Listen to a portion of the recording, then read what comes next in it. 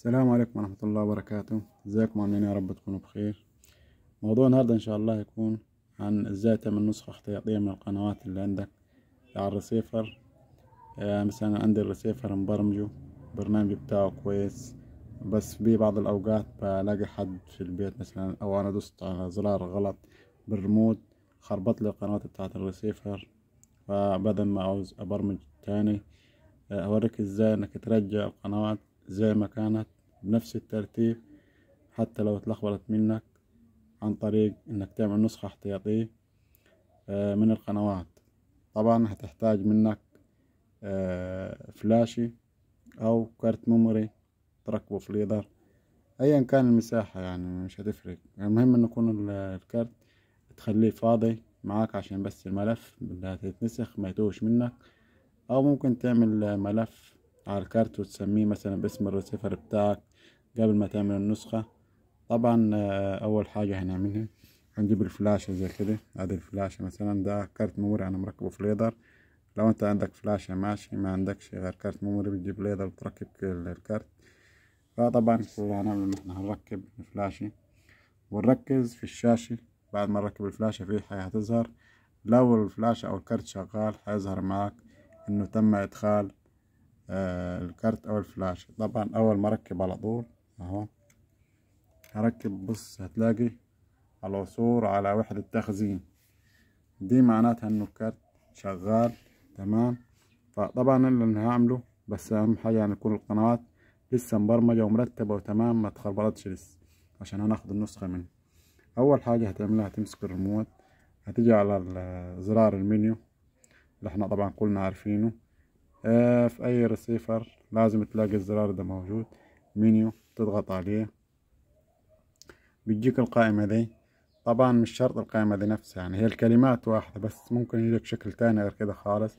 طبعا الكلام ده للرسيفرات ال HD بس، اللي هي فيها مدخل USB او الفلاشة. طبعا هتعمل ايه؟ هتسيب اول حاجة كلمة البرمجة، قناة، مرجع، دول مش عايزين منهم اي حاجة. المهمة بتاعتنا مكتوب موجودة فين؟ موجودة في الاعدادات. هننزل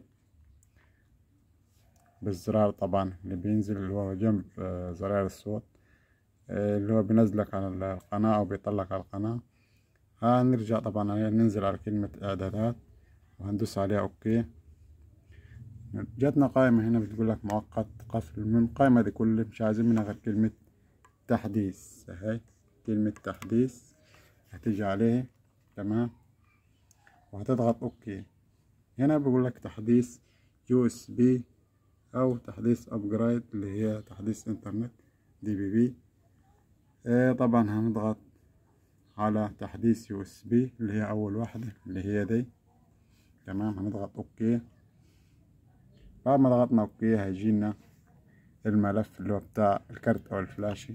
هنضغط تاني تمام. طبعا انا عندي هنا مفيش غير 3 ملفات تمام.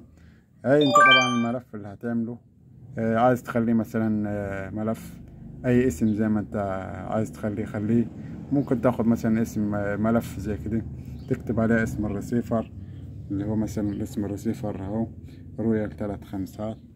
ايا كان اسم الرسيفر عندك هتخلي اسم الملف عليه، او مش تحت شرط يعني، ده بس هو عن اكتر ولا اقل عشان انت بس تبقى عارف الملف اللي انت نسخته موجود على انهي مجلد. طبعا انا هجرب هنا اشوف في حاجة فاضية ولا لا.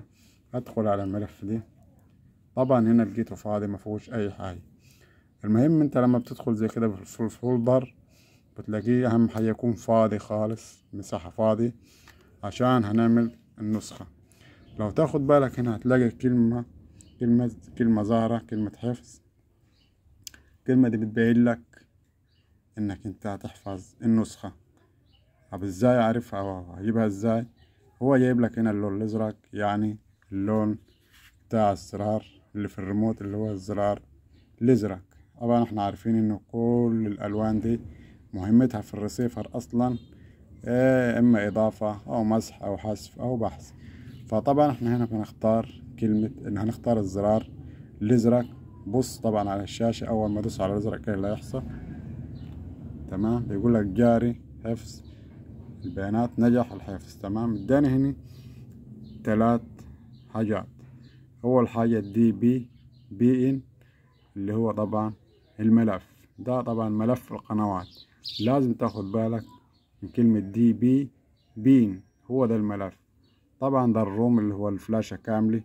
طبعا ده السيستم بتاع الفلاشة. طبعا احنا في حالة ان الرسيفر حصلت مشكلة فيه، جاب لمضة حمراء او جاء اي مشكلة حصلت فيه فيما بعد، دي ما تنفع انك تقدر تديله السوفت او الشحن الفلاشي عن طريق نفس السوفت الاصلي. او لو انت مثلا جيت تدي ملف، اديت ملف غلط في الرسيفر بتاعك، تقدر ترجع على كلمة روم وبتختارها. تمام. او تختار الملف نفسه الاصلي بتاعك، هيرجع الرسيفر زي ما كان، في حالة لو كان عندك اكتر من ملف وخد ملف غلط. طبعا احنا دلوقتي عملنا ايه؟ عملنا حفظ للنسخة. هرجع خطوة لورا. طبعا هنا الرجوع عشان ترجع بيقول لك ريكال، عودة، اللي هو ريكال يعني مش هترجع بالاكست او تطلع بالاكست زي ما احنا عارفين، لا. الريكال هتبص تلاقي هنا اهي موجودة. تمام. في رسيفرات، في رمودات ممكن تلاقيها موجودة هنا مكان كلمة راديو. المهم انك تحفظ اسم الكلمة ايا كان مكانها في الريموت، مش هتلاقي اختلاف، هتلاقي نفس الكلمة موجودة.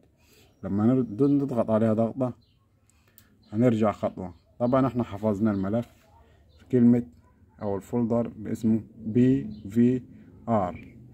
طب انا هوريك ازاي ان انا حفظت النسخة وازاي ان انا ارجعها تاني. هنفترض مثلا ان حد لعب في الرسيفر وانا مش موجود، خربط القنوات.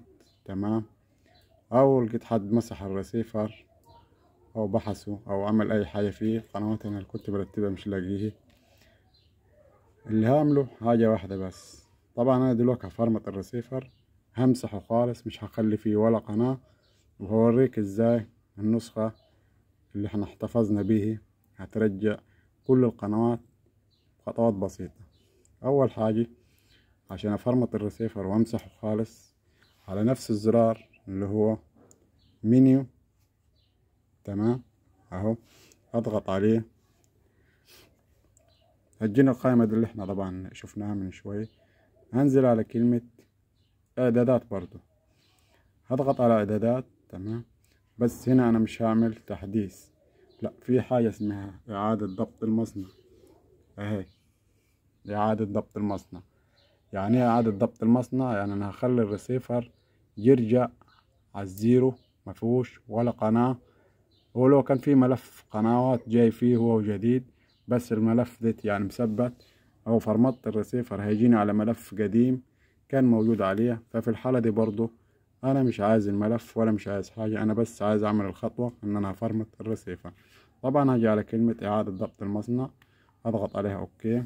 بيقول لي هنا استعادة الكل، استعادة ضبط النظام، استعادة البرمجة. لا، هقول له استعادة الكل، هختار اول اختيار. هضغط. طبعا هيطلب مني هنا ايه بعد ما اضغط اوكي؟ هيطلب مني الرقم السري. وزي ما احنا عارفين انه قلنا في الفيديو الفات انه الرقم السري ما يكون 4 اصفار او 4 تمانيات في حالة انك انت ما غيرتش الرقم السري. لو انت غيرت الرقم السري يبقى تحط الرقم اللي انت غيرته. فانا هنا هضغط مثلا 4 اصفار، اهو 4 اصفار. هنا بيقول لي طبعا سوف تفقد كافة البيانات، هل تريد المواصلة لإعدادات ضبط المصنع؟ طبعا ده تحذير على أساس إنك أنت لو داخل بالغلط مش عارف نفسك بتعمل إيه، تقدر تلحق ترجع تاني من غير ما تفرمت ولا تعمل أي حاجة، بحيث إنك أنت لو ضغطت على كلمة لا. طبعا إحنا عايزين نفرمت، وهنختار كلمة نعم ونضغط عليها أوكي. هنا بيقول لك جاري حفظ البيانات. طبعا الفلاشة موجودة لسه في الرسيفر. طبعا الرسيفر كل اللي عمله انه قفل وهيشتغل تاني، لازم طبعا يرستر ويفتح تاني. فتح طبعا على كلمة على ملف قديم. طبعا الملف ده ملف عربي، بس ملف قديم خالص كان جاي في الرسيفر اول مرة فيه لما اشتغل. طبعا الملف ده قديم احنا مش محتاجين. طبعا هنعمل ايه؟ هنروح داخلين تاني على الطريقة اللي احنا عملناها بدري. اول حاجة اضغط على زرار المنيو برضو، تمام، واروح داخل على اعدادات. بعد ما دخلت على اعدادات هدخل على كلمة تحديث، تمام. تحديث جاب لي الخانتين اللي احنا شفناهم الاول. اضغط على اول حاجة اللي هي تحديث USB، اضغط تاني. طبعا احنا بدري احتفظنا الملف فين؟ حفظنا الملف في كلمة BVR اللي هو الفولدر نفسه باسم BVR.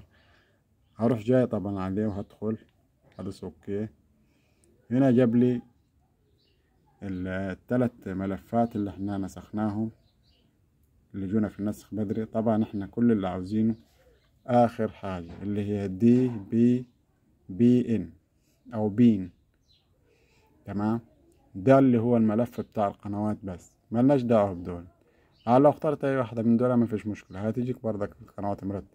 بس احنا بنتكلم على اساس انك انت لو كنت مثلا محتفظ بنسخة صفر تاني ونسيت واحتفظت بالنسخة دي معاهي، فبدل ما تختار النسخة الأصلية اللي انت هتحملها اخترت نسخة غلط، فبدل ما تعمل مشكلة في الريسيفر، لا، احنا DBN هتبين لك ازاي اذا كان الملف صح. هتلاقي القنوات تمام ومرتبة. لو الملف غلط هتبص تلاقيه جاب لك من 1 ل5 او قنوات ملخبطة ما فيش اي كلام. مش هتلاقي القنوات تزيد عن 5 قنوات او 20 قناة. فالمهم ان احنا هننزل على كلمة DBN وهنضغط عليها اوكي، تمام. الريسيفر طبعا هو بدأ يعد اهو، تمام. خلص راستر، قفل الريسيفر ويفتح تاني اوتوماتيك مع نفسه. ما تخافش منه كده. هو خد النسخة بتاعة الملف القنوات ورجع. طبعا احنا الملف اللي كان موجود لما فرمتنا الريسيفر لقينا الملف عربي. لو دوسنا اوكي هنا طبعا الملف اللي احنا كنا عاملينه اهو انجليزي، تمام، نفس الترتيب، وكل القنوات رجعت تمام زي ما كانت. وطبعا دي الطريقة هتريحك خالص، هتوفر عليك بدل ما كل شوية تعمل برمجة. طبعا تقدر تعمل الخطوات دي وتحتفظ بالكارت او الفلاشي في مكان عندك خاص. لما تلاقي اي مشكلة حصلت في الريسيفر في القنوات تقدر تعمل الملف وتدير الريسيفر، وتبقى انت عملت الخطوات وانت موجود في مكانك. والنسخة دي طبعا تفضل شغالة معك الى ما لا نهاية. في حالة بس لو ما نزلش قنوات جديدة والكلام ده كله تبدأ ممكن بعدين تنزل تحدث قنوات او تنزل قنوات بالطريقة الفيديو اللي فات احنا شرحناها. وبس دي خطوات كانت بسيطة حبيت اوضحها لكم. والسلام عليكم ورحمة الله وبركاته.